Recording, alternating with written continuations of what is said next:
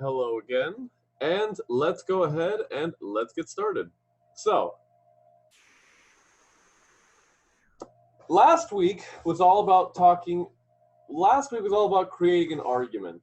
This week is all about how to actually present your argument in such a way that you actually get the audience to do what you want them to do. On the surface, that sounds very simple, but in practice, that's actually incredibly difficult. Try to think of the last time someone actually convinced you to do something and how much effort that really took. Think of, for example, how much effort it would take someone to convince you to donate some money, or to donate an hour of your time, or to volunteer somewhere. Those are all things that we'd like to do, that we all agree that are good, but still require an extraordinary amount of effort to actually get us to do it. So you'll find that even though your audience might agree with you, even though every single element of your argument is sound, is logical, your audience agrees that your solution makes sense, that it overcomes the causes and barriers of the issue in a way that is actually practical and in a way that actually looks feasible to them, that it is a serious issue and something does need to be done about it, you can have the audience agree with every single point. But if they don't actually do anything about it, if they don't actually take part in the solution you're presenting to them, then what was the point of giving the speech? So, we'll find that in this chapter, we're going to talk about all the different factors we want to keep into consideration before actually implementing a solution and presenting it to an audience. I would like to remind everyone that for this speech in particular, you are not just speaking to some abstract other. You're not speaking to some vague collection of people. You're speaking to the people in this Zoom call. You're speaking to the people who you've been listening to the other speeches with, who you've been taking this same class with. You're speaking to your own peers. So keep that in mind when presenting a solution to them. Keep it in mind as well in terms of what you would be willing to do, of what someone asked of you. You're going to be watching your classmates' fellow persuasive speeches. When they present an action step to you, how likely are you to actually go ahead and do it? By keeping those considerations in mind, it can help reframe your speech to land more effectively with your audience. So, what is persuasion? Can anyone define persuasion for me? Open question to the class. We finally have enough people in the Zoom call, but what do you think persuasion is?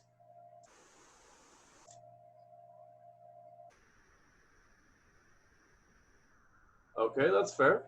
So, persuasion is generally the communicative process of converting, modifying, or maintaining the attitudes and behaviors of other people.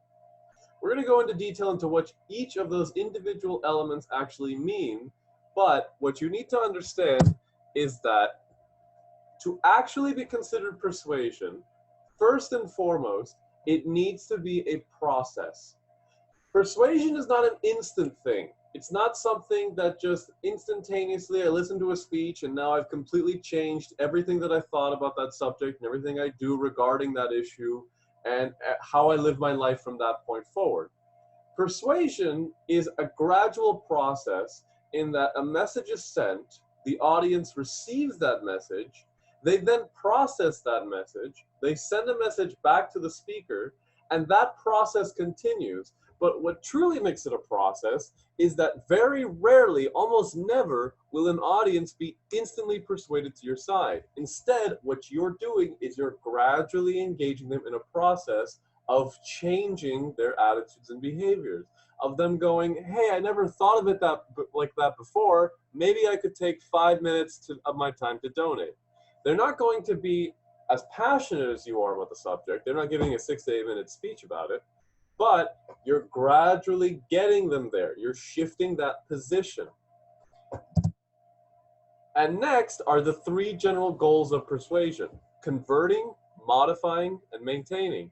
We'll go more into depth into what each of those mean, but you can't have persuasion if you don't have at least one of those three goals. It also needs to influence an audience's attitudes and or their behaviors. Again, we're going to go more into detail into what an attitude specifically is, but that's the target of persuasion. And lastly, it needs other people. We've talked about this before, but communication needs to have at least two parties engaged in a back and forth. It's what creates the process, and it's what actually gives a direction towards your persuasion. So if you're not actually speaking to an audience, you're not actually presenting an argument, right? That's why for this speech, you're going to be giving it via video chat. That's why you still want to try and give the impression that you're trying to have a conversation with the audience. Maybe have them reflect a little bit, tell an engaging story, have the audience actually consider their own position within your topic. By doing so, you involve them, and by involving them, it feels so much more direct, and it feels like you are directly, I'm just repeating myself, you're just engaging with the issue. So first we're going to touch on the third part of this, which is attitudes. All persuasion has the ultimate goal of influencing an audience's attitudes and behaviors. Attitudes are just, sorry, I got something tangled up in my, yeah, okay. Attitudes are just a learned predisposition. It's basically how we feel about a certain thing that has us react in a certain way. We can feel good about something, we can feel bad about something. It sets us to draw very quick, very easy judgments based on prior experience. Attitudes typically take a very short time to form. That's why, I mean, remember, you probably heard this before, but the first impression is the most important, because depending on how you meet someone for the first time, it can set a long-term attitude regarding that person. So, attitudes can have a huge influence on behavior, right? How we behave is dictated based on how we feel about something. But let me engage in a little bit of a thought experiment with you. And you don't need to reply to this, but what are some attitudes that you think you might hold to something like, let's say, murder? I have this weird impression that most people I'm talking to right now think that murder is bad, right? Murder is a bad thing. In fact, I would say that most people, if you took a national poll in the United States and you asked every American, do you think murder is bad, yes or no? I have the strange feeling that the majority of people would say yes, right? How about adultery, cheating on your spouse? Does anyone think that's bad? Does anyone think that's good? If you think that's good, then do you think it's good if you are cheated on? Probably not, right? Most people are probably against adultery, against cheating. Most people who cheat on their partners probably know that it's bad too, right? They would probably feel bad if they in turn were cheated on. How many people here are in favor of lying? Do you think lying is a good thing that we should strive for? Well, I'd say that most people enjoy lying, but they don't enjoy being lied to. How about recycling? Does anyone here hate recycling? Well, maybe not the act of recycling, but does anyone here think recycling is in itself bad or evil or should be avoided? Is there anyone here who just fishes glass bottles out of the recycle bins and then just chucks them in the street? Like, kill the planet. Probably not, right? Most of us agree that recycling is a good thing that benefits the environment and by extension benefits us. How about underage drinking? Most people here think it's bad, right? It's funny because I ask my high schoolers this question and they all just kind of give a chuckle. They all just go like, heh, heh, heh, heh, heh. Of course, we would never drink before the age of 18. That's against the law. I would never tell you that I drank before the age of 18, especially as in my high school days where I had my hair like covering my head. How about texting while driving? Does anyone here think texting while driving is good or okay, or that we should keep doing it? And if you do think so, well then think about this. Are you comfortable with the idea of other drivers on the road texting while driving while you're driving along with them? Because you're a great driver, of course. You're a great multitasker. You have great awareness. It's just a 3-word text. There's no harm done, right? But what if the person driving the 18-wheeler truck decides to answer that 3-word text? Probably makes you a little more uncomfortable being on the freeway, right? All of these are wrong things. We all feel unfavorably towards them. We all have a negative attitude towards most of them. Well, we don't have a negative attitude towards recycling, but we have a negative attitude towards not recycling. And yet, ask yourself if you've ever lied. I think I lied maybe 2 days ago. Lying is actually incredibly easy. No one really tells you that growing up. No one ever really tells you that lying is kind of this amazing way out of most problems and situations, at least in the short term. Have you ever thrown a recyclable object into the trash can instead of the recycle bin? Maybe you had a plastic bottle, you looked around, you didn't see a recycle bin, but there was a trash can right there, and hey, what's one bottle, right? Or maybe you didn't even think about it that way. Maybe you didn't pay it another thought. Have you ever shared a drink before turning age 21? Did I say 18 back there? I meant 21. I would never assume that anyone in my classes, especially in my high school classes, would ever violate the law and drink alcohol before turning age 21. And yet, there is incredibly high incidents, what, did I just make up a word? Incidences? There is an incredibly high rate of underage drinking in the United States. And let's not even target the young. Have you ever texted while you operated the vehicle? I can tell you for a fact that yes, I have. The last time was 2 weeks ago. It was at a stoplight. Sure, it was at a stoplight, but at the same time, I was still operating a motor vehicle. I couldn't exactly, again, I couldn't really exactly present that argument to the police. These are all things that most of us have done before. I've yet to meet someone who has never lied once before in their entire life. And yet, we all frame it as negative things. And the reason I've gone through this whole experiment with you is because we might feel a certain way about something, but that often doesn't really dictate what we actually do about a certain something. I might feel like this is a good act, like I want to commit to it, and yet I don't do it. And in this chapter, we're going to go into all the different factors that influence that inconsistency between behavior and attitude, between how we feel and what we actually do. I believe in exercise. I think I should exercise maybe 2 or 3 times a week. If not that, then even more. I feel positively towards exercise. I think exercise is a good thing that provides a lot of benefits that are worth exploring. And yet, I don't do it. I wish I did. Oh boy, do I wish I did. Especially now that I'm trapped indoors and I've got all this energy. And yet, it's still incredibly hard to motivate myself to do it. It's like I'm always trying to break past that barrier.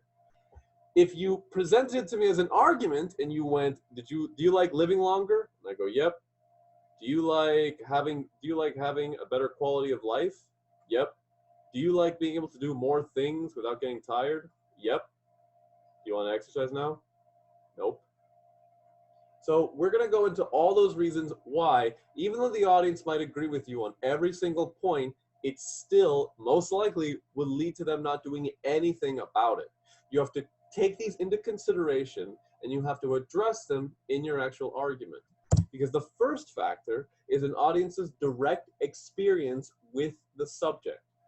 Attitudes that are formed from actually directly engaging with something are always going to have a much stronger effect on behavior than something we have just kind of created an attitude about by proximity or by proxy. So for example, I might not believe that I might not believe that I should text while driving, right? I might believe that, no, I should put my phone away completely, never do it. And yet, I'll still always feel tempted at that stoplight when I feel that vibrate in my pocket. I might still feel tempted to reply to that text.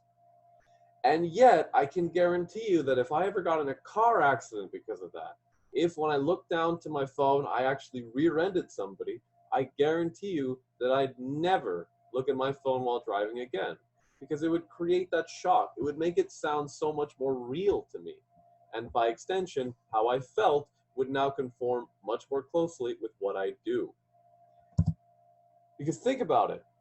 With that direct experience, you have to also understand that it's very difficult to empathize, to actually emotionally connect to another group of people or another subject when you have little to no actual direct experience with subjects such as police brutality. Now, we might, for example, feel negatively towards police brutality. No one wants the police assaulting us. And yet, we might not actually do anything about it until either us or someone we know or someone we're related to is actually on the other end of police abuse. We see that now more than ever, where people are beginning to have more and more of that direct experience. They're beginning to see it confronted in their own cities, in their own homes. That's creating a much stronger link between attitude and behavior. It's also very difficult to empathize with the struggles of the LGBTQA community if you don't actually have any friends and family members within that community. The reality is that, again, you can't understand what the individual experience of a person is like unless you actually have some direct link towards it. So you might be in favor of supporting the LGBTQA movement, but the reality is that you don't understand what it's actually like to be part of that community. There's always going to be that layer of separation there unless you actually have that direct link towards it. It's also kind of difficult to fully empathize with the homeless when we ourselves have never actually been homeless, when we might not have ever been put in that situation. The reality is that people say things like, well, why don't they just get a job or pull themselves up from their bootstraps or just work wherever they can, without understanding directly how difficult that really is when you're in that situation, how it can create a cycle where it's very difficult to get a job if you can't find a working shower. It's very difficult to find a working shower if you can't afford something like a gym membership. It's very difficult to afford a gym membership if you don't have a job. And it's just all of these factors that create this endless cycle. And without having directly experienced that cycle firsthand, it's very difficult for someone to really put themselves in the position, the people who have been placed there. So now that we talked about how forming a direct experience creates a stronger link between attitudes and behaviors, we have to understand how to actually confront that in our speech. What you want to do is, you're not going to be able to create that direct experience. The reality is that you're giving a speech via a screen. You can't actually have someone fully understand what it's like to be in that issue.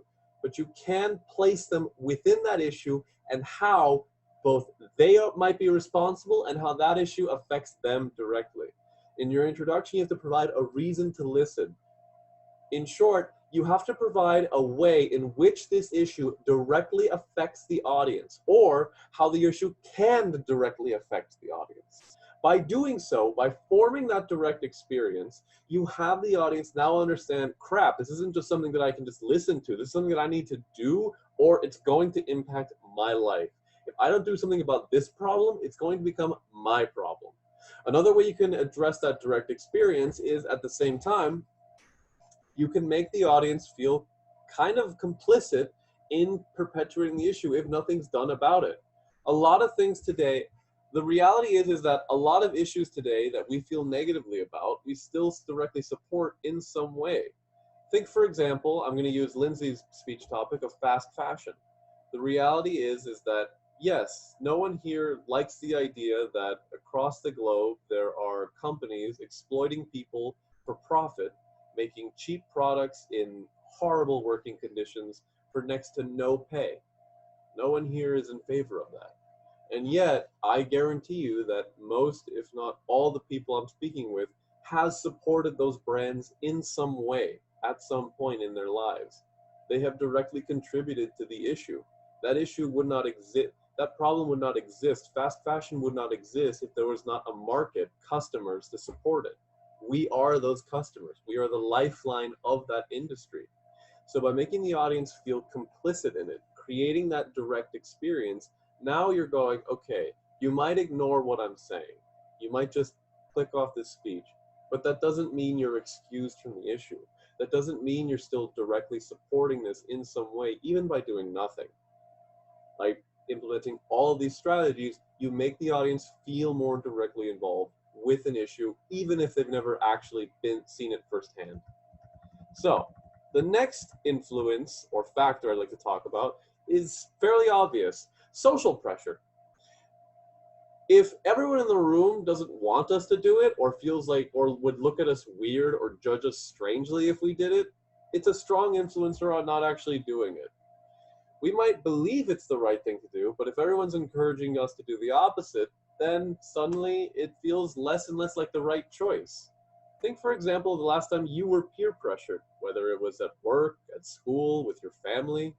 Think of the last time that you really didn't want to do something, but everyone was watching you, and you would have felt kind of strange or weird if you didn't. My high school students talk about it all the time, about how suddenly it felt so difficult to understand what really was right or wrong.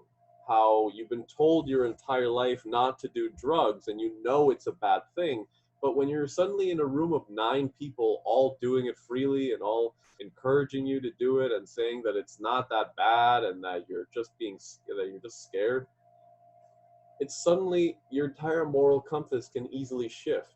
And it's natural. Humans are social animals. We kind of evolved this need to always belong to groups because that's kind of what let us survive back in prehistory. It's ingrained in us that we want to belong, that we want to do things that have us fit in with everyone else, because that little lizard part of our brain is going, if you don't do this, they're going to cast you out and then you're going to die out in the wilderness. It's not true, but it still has a strong influencer on our behavior.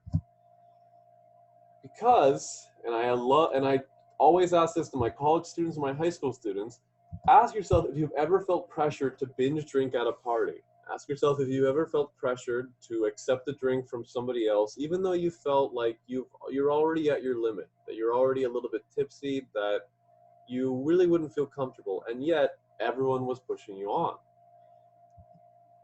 Have you ever, maybe not these specifically, but have you ever felt pressure to take drugs, whether it be at a concert, whether it be at a social event, whatever? Now, I'm not necessarily saying that all drugs are bad, but I'm saying, have you ever felt pressured against your personal choice? Have you ever felt like you didn't want to, but then everyone made you do it anyway? Have you ever felt pressure to put out on a date, even though you didn't feel like you were connecting, even though you might feel like you'd like to get to know the person a little bit more? Have you ever felt pressured to, again, take it a little bit farther? You want to say no, but you're afraid of what will happen if you actually do so. Have you ever felt pressure to cheat on an exam? Think of the last time that opportunity might have presented itself to you. Imagine if I held a final in this class. It was going to be online via Canvas. It would be open for 24 hours. You could start at any time. Imagine if another person in this class texts you and goes, let's just take the final together. That's still cheating, and yet it sounds like the most logical thing to do, right? You want to get the best grade you possibly can in this class, so you can get the best grade point average, so you can take your degree the farthest you possibly can. It only makes sense at that point to use every option available to you, right? So all of these are strongly influenced by everyone else around us. We look around if everyone else is doing it, and if they are, then suddenly it doesn't sound so wrong. These are all factors to keep into play when implementing your solution, because the reality is that some solutions we're presenting are things we would love to do, but that social pressure keeps us from doing. For example, if someone wanted to call out a racist or problematic remark, if a solution was, the next time someone uses this type of language that disparages someone based on their race, on their gender, on their sexuality, whatever, just call it out, speak up, say something about it. And yet, that sounds very easy to say in the moment. That sounds like, yes, we should all do that. And yet, when confronted with the situation, well, what if it's your boss that says that offensive language? What if you feel like your job's at stake if you call them out on this? You have to keep that in mind in terms of your solution. You have to keep in mind that your solution, yeah, it might sound great when it's just one person making that decision, but if everyone else around them is pressuring them not to, then it's very likely that they might not do it. The next factor I'd like to discuss is the actual effort required to do that behavior. This one is the most obvious. If it takes a lot of work, well, odds are people aren't going to want to do it, especially if they don't feel that strongly about the attitude in the first place. People, I'm not going to say people are lazy, but I'm going to say that people typically have a limited amount of time, effort, and energy in the day, and money. There's only so much I'm willing to do in 24 hours, right? Because I have all the things I have to do in my day-to-day life. I have all the errands I have to run, all the laundry I've got to wash, all the food I've got to buy, all the dinner I have to cook. And then I have to do everything for work, all the grading I have to do, and all the PowerPoints I have to edit, and all the emails I have to answer, and all the classes I have to lecture. I have to do all of that. And then, if you ask me to take 4 hours out of my day to go to a beach cleanup, odds are, yeah, you know what? Good luck with that. Understand that the actual effort required to commit to an action has a huge influence on how likely the audience is to actually do that action. That sounds obvious, but keep that in mind in terms of your solution. Keep in mind that your solution, yeah, it might sound great to go, okay, well, if I held this beach cleanup next Saturday, and if everyone here goes, and if we just pick up 5 pieces of trash, then we can make our beaches a much cleaner place in just one day. The reality is that if you schedule that beach cleanup, and if you really don't deliver, if you really don't try to motivate and sell your audience on the idea of trying to make your community a better place, odds are is that you're going to show up at that beach cleanup alone. It's happened to me before. It's happened to students I've had before. It happened once where a student proposed a beach cleanup as an action step. I was the only one to show up. Let me emphasize, I was the only one to show up, not even the person who proposed the beach cleanup showed up. So keep in mind that the audience needs to do simpler things, easier things, and therefore they're more likely to do it.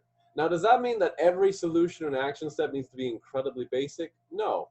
But what your solution can do is it can provide multiple ways for the audience to engage with the problem, going from least effort to most effort required.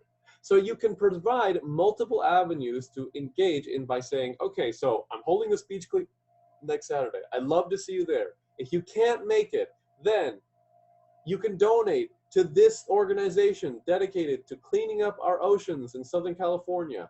And if you can't spare that, then at the very least, the next time you see a piece of trash, just pick it up and throw it in the garbage can. Take a picture of it, put it on social media, just so people know that you made the smallest bit of effort to contribute. The audience can do all 3 of those, or they can pick the one that's easiest. But what matters is that now the entire audience can be included. Another good example would be saying something along the lines of if your speech topic was about why you should go vegan or why you should adopt a vegan diet. Now, you can have your solution just be, well, the solution is to never eat meat again and eat only plants and plant-based foods and just completely change your diet overnight. That's actually very difficult to do, though, because now you have to come up with a whole new set of recipes to make for dinner. You have to come up with a whole new diet that actually still finds a way to get all your essential vitamins, minerals, nutrients, and so on.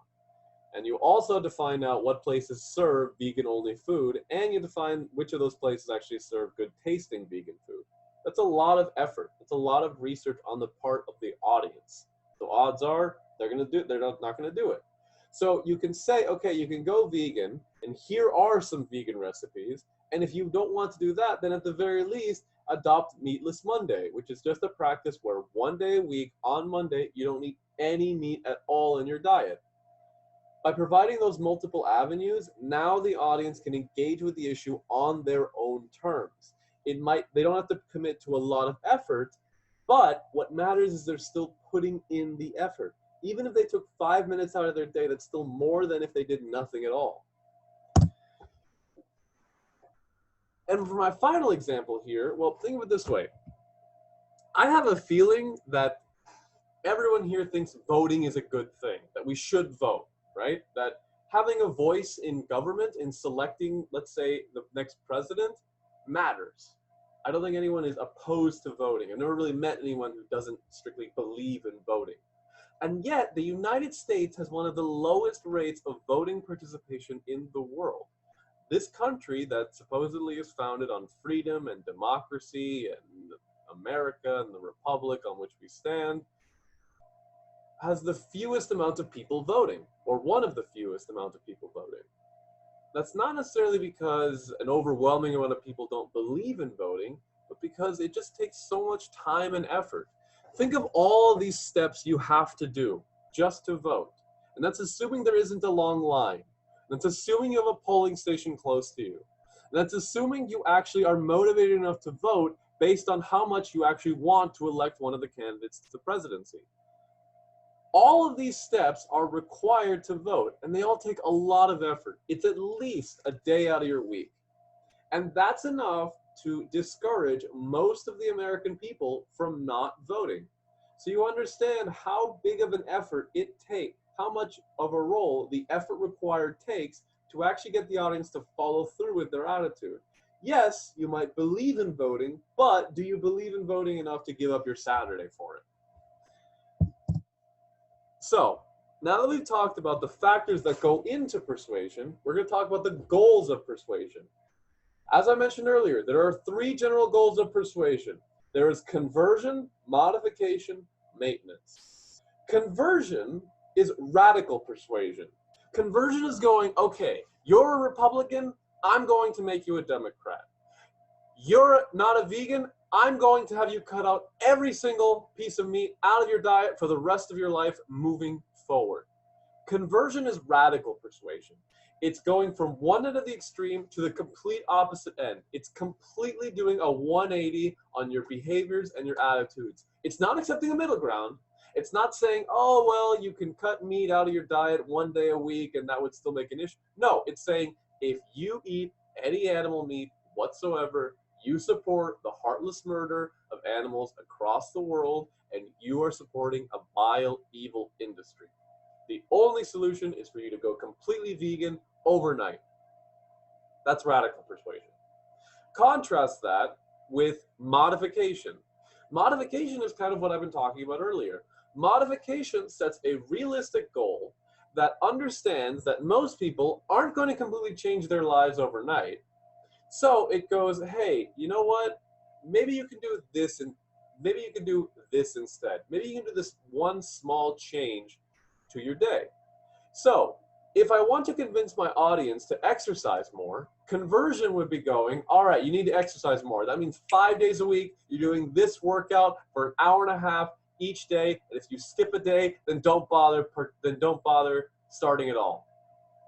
Modification, on the other hand, is going, hey, if you'd like to exercise more, well, you can just do this one simple 10-minute workout each morning and each night. And by just doing that 2 or 3 times a week, you're already going to have much better. You're going to have lower blood pressure, lower cholesterol, and a much better quality of life. Just 10 minutes out of your day.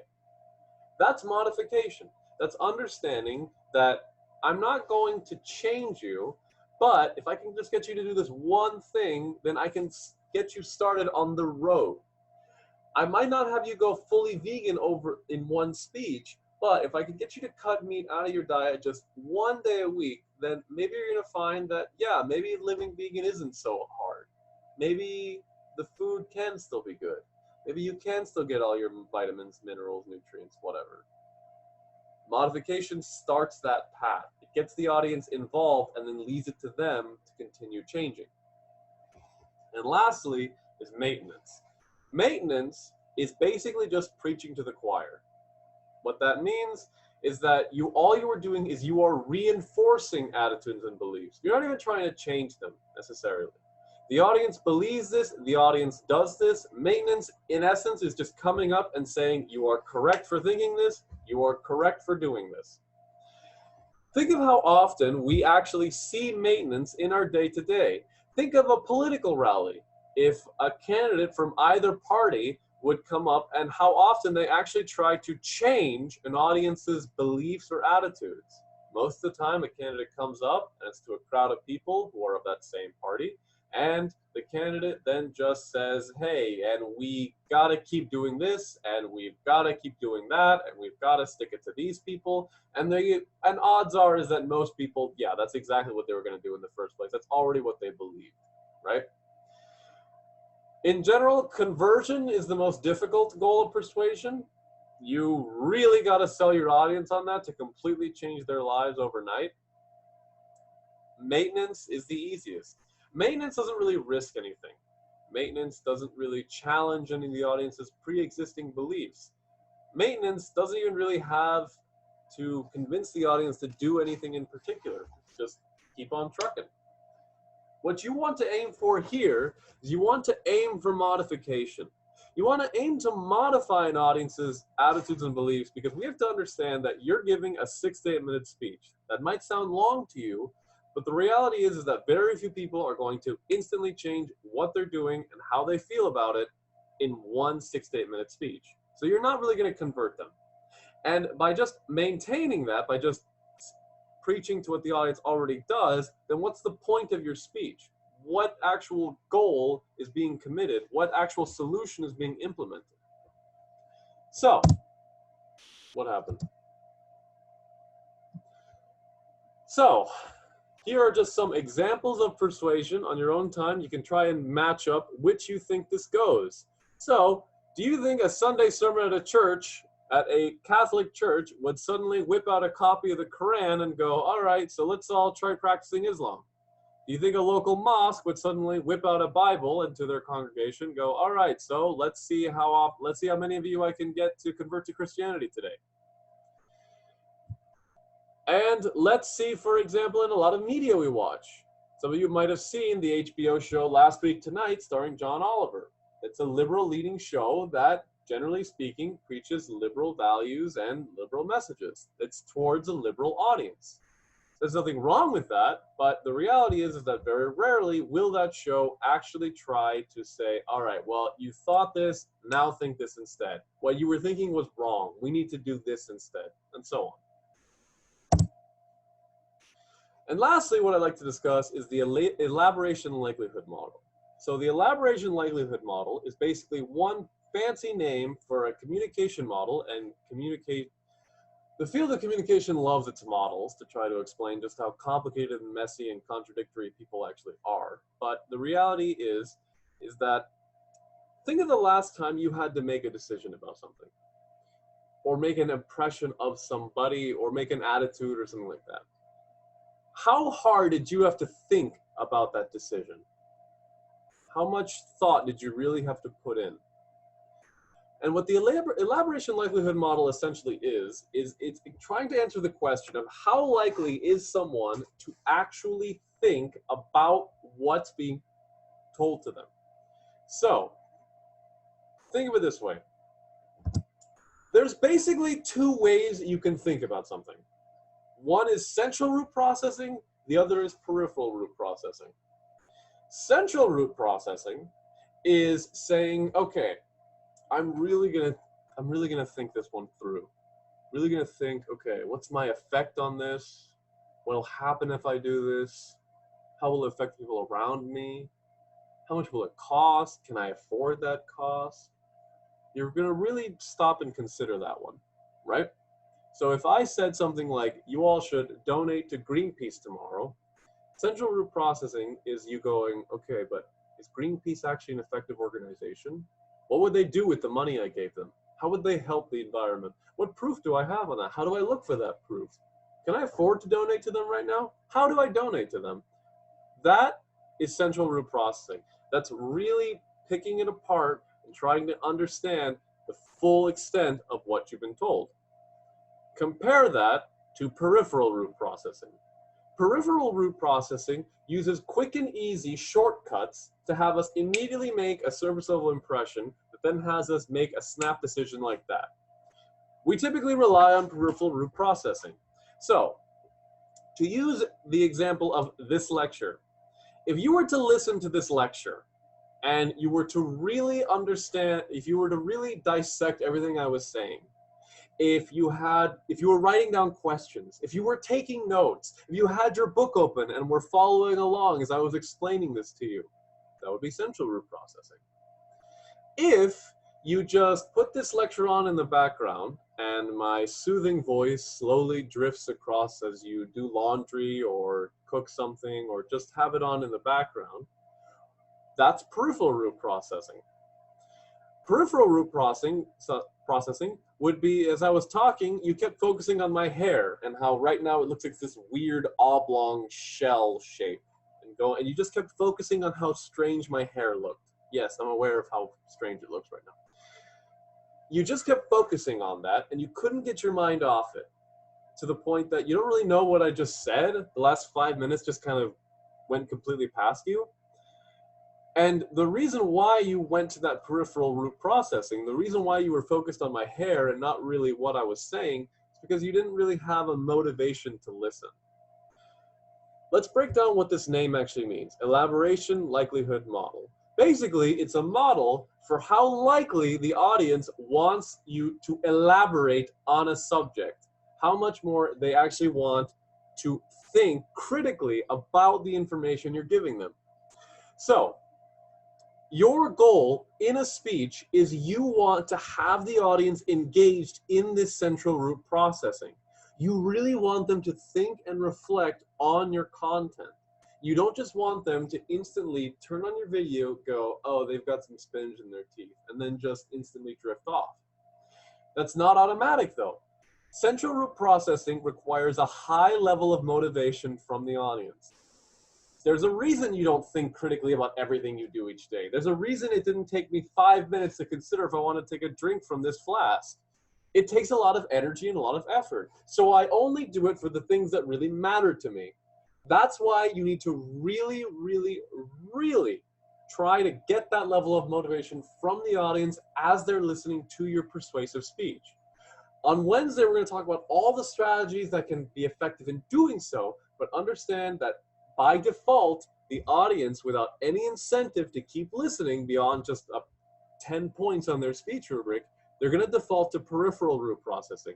You have to draw out of them that higher level thinking, that higher level of motivation that has them really reflect and involve themselves in the issue you want them to consider.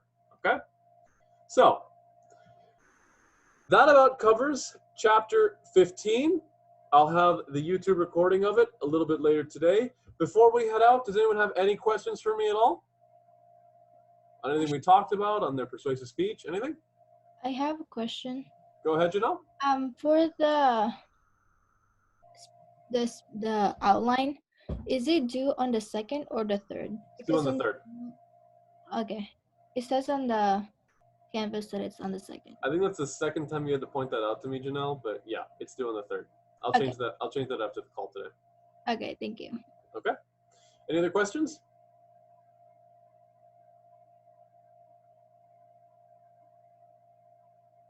All right. Well, on that note, if you have any questions whatsoever, or if you'd like any help on your persuasive speech, if you'd like any help framing it in stock issues format, if you would like any help reworking up on your solution, how you'd like to present your action step, just general brainstorming, feel free to email me or stop by my office hours Tuesday, Thursday from 2 to 3 p.m. Hope you all have a fantastic rest of your Monday, and I'll see you all on Wednesday for our last lecture. Have a great rest of your day, y'all. Okay, thank you.